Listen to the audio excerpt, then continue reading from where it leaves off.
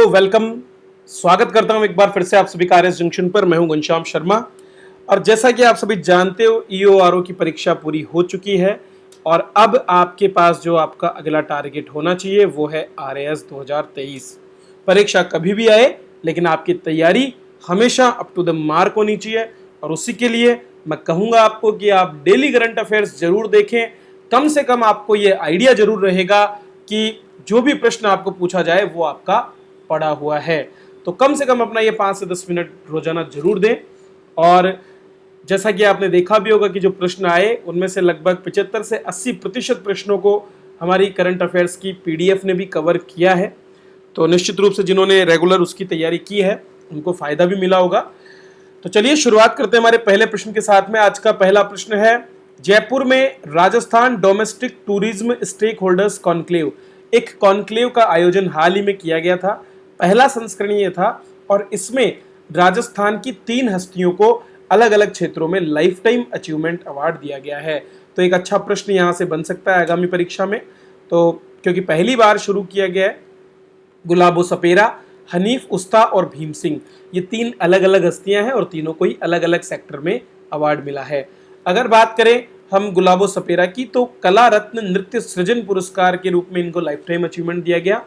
हनीफ उस्ता कला रत्न शिल्प सृजन पुरस्कार, जबकि भीम सिंह को पर्यटन रत्न के रूप में उत्कृष्ट नेतृत्व पुरस्कार यहाँ पर प्रदान किया गया है।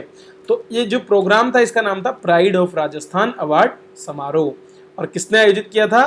केंद्रीय पर्यटन मंत्रालय के सहयोग से association of domestic tour operators of India, इसके द्वारा इसे आयोजित किया गया था। चलिए दूसरे प्रश्न की ओर बढ़ते हैं। दूसरा प्रश्न जुड़ा हुआ है एक सेंटर ऑफ एक्सीलेंस के बारे में। तो राज्य में आयुर्वेद के क्षेत्र में अनुसंधान को बढ़ाने के लिए और आर्टिफिशियल इंटेलिजेंस के प्रयोग को बढ़ाने के लिए आयुष मंत्रालय के द्वारा प्रायोजित किया हुआ आयुर्टेक नामक एक सेंटर ऑफ एक्सीलेंस खोला गया है और ये खुला है आईआईटी जोधपुर में। वेरी वेरी इंपॉर्टेंट, मैं इसको बोलूंगा मोस्ट इंपॉर्टेंट प्रश्न ये बनेगा आपका। ठीक है, तो उस हिसाब से आप इसको तैयार कर लें और याद कर लें एक एक बिंदु को कि किसने इसको शुरू किया है, किस मंत्रालय के अधीन है, क्या है, कहाँ पर है। तो चलिए इस पर बात हम कर लेते हैं।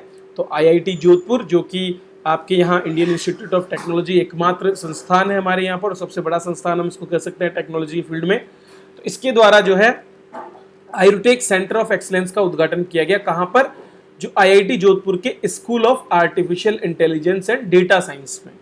तो यहाँ पर किया क्या जाएगा? दरअसल यहाँ पर किसी भी व्यक्ति की जो बीमारी है उसके आयुर्वेदिक उपचार के लिए आर्टिफिशियल इंटेलिजेंस का प्रयोग करते हुए एग्जैक्ट ट्रीटमेंट उसको दिया जाएगा।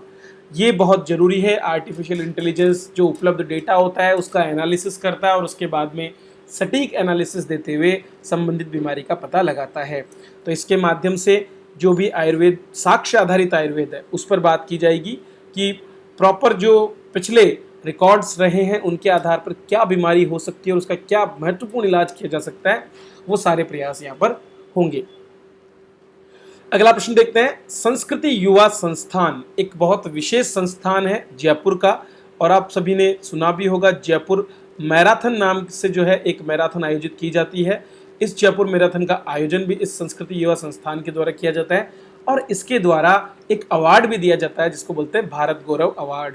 इसी भारत गौरव अवार्ड का एक वर्जन है द हाईएस्ट इंटरनेशनल अवार्ड, जिनका आयोजन हाल ही में किया गया लंदन के ब्रिटिश पार्लियामेंट के हाउस ऑफ कॉमन्स में। तो हाउस ऑफ कॉमन्स में इस प्रोग्राम को आयोजित किया गया और इस प्रोग्राम में राजस्थान के कोटा से जुड़ी हुई एक हस्ती को भी ये अवार्ड दिया गया है। इनका नाम है आचार्य संबोध। तो आचार्य संबोध को प्रेम और समरसता और शांति जो है उसके प्रचार प्रसार के लिए अवार्ड दिया गया है। दरअसल बात करें तो लगभग देश विदेश की 31 हस्तियां जो पूरे विश्व भर में लोगों की मदद कर रही हैं, एक तरह से लोगों को राह दिखा रही हैं, उन सभी को यहाँ पर Bharat Gaurav the highest international award of Indian award से सम्मानित किया गया था और उनमें कोटा के आचार्य संबोध भी सम्मिलित थे। आगे बढ़ने से पहले करंट अफेयर्स की पीडीएफ आप सभी को अवेलेबल है आरएस जंक्शन ऐप पर। तो आज ही आप ऐप पर जाकर के और उनकी पीडीएफ प्लस आप टेस्ट सीरीज दोनों का ही लाभ यहाँ पर ले सकते हैं। राज्य सरकार द्वारा कायाकल्प नामक पुरस्कार दिए जाते हैं स्वास्थ्य क्षेत्र में जो हमारे अस्पताल हैं उनके इंफ्रास्ट्रक्चर और खासकर वहाँ सैनिटेशन को सुधारने के लिए। तो राज्य सरकार के स्तर पर जो कायाकल्प पुरस्कार इस बार दिया गया है उसमें बीडीके अस्पताल है, जिसको कायाकल्प अवार्ड में सर्वाधिक राशि का 50 लाख रुपए का अवार्ड प्रदान किया गया है। और ये कहाँ पर स्थित है? झुंझुनू में।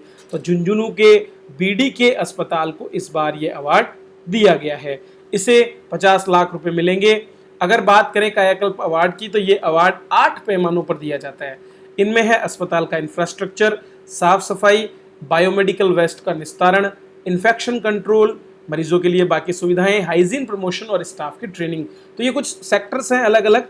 अब आप इनको सीधा सीधा देखते हैं कि अस्पताल में जो जो बेसिक होनी चाहिए चीज़ें क्या होना चाहिए, कि अच्छा इंफ्रास्ट्रक्चर होना चाहिए, साफ सफाई बेहतर होनी चाहिए, जो भी कचरा निकलता है उसका सही निस्तारण हो, सुविधाएं मरीजों को अच्छी मिले, ठीक है, और स्टाफ ट्रेंड हो। ये सारी चीज़ें अगर कोई भी कर रहा है तो उसको यहाँ पर ये प्रमोशन के रूप में दिया जाता है। इसी तरह से राजसमंद का एक आरके जिला अस्पताल है, उसको भी इको फ्रेंडली श्रेणी में प्रथम पुरस्कार दिया गया है। इस अस्पताल को पिछले वर्ष जो है 50 लाख का अवार्ड मिला था। दोस्तों, राष्ट्रीय स्तर पर भी कायाकल्प अवार्ड दिए जाते हैं और भारत सरकार ने 15 मई 2015 को, आज से 7 साल पहले जो है, राष्ट्रीय पहल कायाकल्प के नाम से शुरू की थी। और वो भी जो है राज्यों से प्रतिवर्ष ऐसे पीएचसी, सीएचसी और जिला अस्पतालों का चयन करता है। 2023 में हाल ही में कर्नाटक विधानसभा चुनाव संपन्न हुए हैं और उनके परिणाम सामने आ चुके हैं। तो कांग्रेस ने कुल 135 सीटें जीती 224 में और स्पष्ट बहुमत जो है वो प्राप्त किया है। तो लंबी खींचातानी के बाद में अब यहाँ पर कांग्रेस की स्पष्ट बहुमत की सरकार यहाँ पर बनी है। जनता का निर्णय सर्वोपरि है और उसको सभी दलों ने स्वीकार भी किया है। तो कर्नाटक विधानसभा में 224 सदस्यों के चुनाव के लिए 10 मई 2023 को चुनाव हुए। इसके लिए अप्रैल में आचार संहिता लागू की गई थी। मतों की गिनती के बाद 13 मई को परिणाम आए और चुनाव में 73.19% मतदान हुआ, जो कर्नाटक विधानसभा के चुनाव में सर्वाधिक था। भारतीय राष्ट्रीय कांग्रेस ने 42.88% वोट शेयर के साथ 135 सीटें जीती। वहीं पर भारतीय जनता पार्टी ने 36% वोट शेयर के साथ में 66 सीटें जीती। तीसरे नंबर पर रहा जनता दल सेक्युलर, जिसको 19 सीटों के साथ जो है यहाँ पर संतोष करना पड़ा है।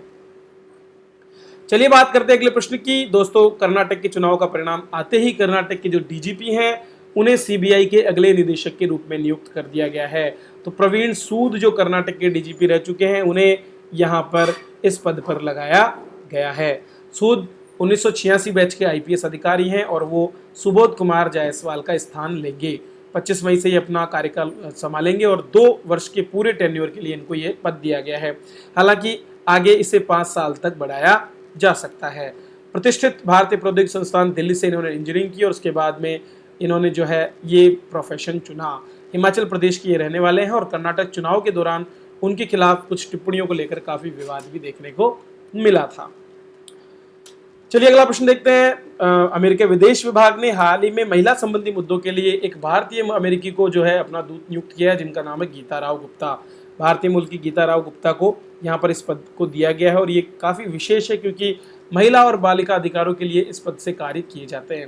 गुप्ता की बात करें तो वे संयुक्त राष्ट्र एजेंसियों के साथ बहुत से काम पहले भी कर चुकी हैं और यूएन फाउंडेशन जो है उसके लड़की और महिलाओं के लिए एक कार्यक्रम जिसको 3D कार्यक्रम कहते हैं, उसकी कार्यकारी निदेशक के रूप में भी इन्होंने काम किया है। तो ये जो हाईलाइटेड चीज़ें हैं इन पर आप जरूर थोड़ा सा फोकस करें और एटलीस्ट आप महीने में 1 या 2 बार इनका रिवीजन जरूर करें। चलिए अगला प्रश्न देखते हैं। निम्नलिखित में से किस देश की वायुसेना ने हाल ही में सोरिंग ईगल नामक एक अभ्यास शुरू किया है? तो दक्षिण कोरिया ने उत्तर कोरिया द्वारा किए गए एक मिसाइल टेस्ट के मद्देनजर रखते हुए ये जो है एक नई एक्सरसाइज शुरू की है और इसके माध्यम से पायलटों को दुश्मनों के लक्ष्यों को बेअसर करने के लिए प्रशिक्षित किया जा रहा है।